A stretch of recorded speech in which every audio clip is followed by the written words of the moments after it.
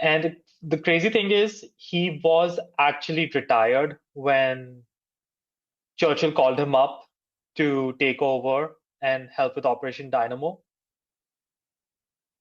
And the reason Churchill did is this guy is very calm and analytical. He can stay calm under pressure.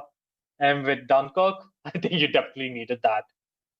He was the one who put, all the convoys, requisitioning the civilian boats, and he chose the longer route amongst the three routes between Dunkirk and Britain.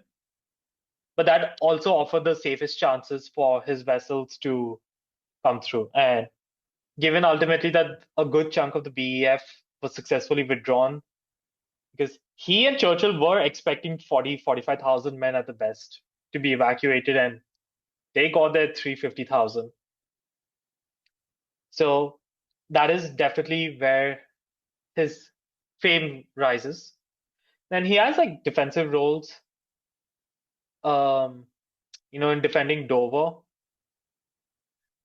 But then he gets involved with Operation Torch and Husky in terms of organizing the ships as one of the supporting commanders and executing the landing. So for example, at Operation Husky, he was given charge of the entire eastern landing portion. So if I'm not mistaken, that would have been Montgomery's Eighth Army that was being disembarked in that theater.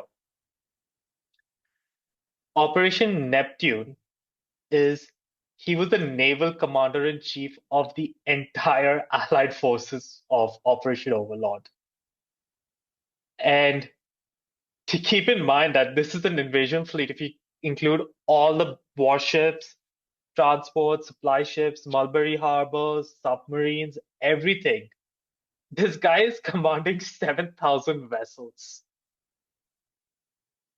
And not only has to deliver 160,000 men on the first day, he has to ensure that the supplies are coming, the Mulberry Harbors are set up, Pluto is working, which is the fuel pipeline that the Allies had created to get fuel across from Britain to France for the armored divisions.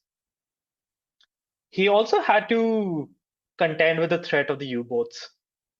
And he actually created like this one of these very aggressive task groups which were at the border between like where the channel starts, and they were aggressively hunting down the U-boats proactively, that the U-boats were not at all able to cause any damage or worry for the landings on D-Day.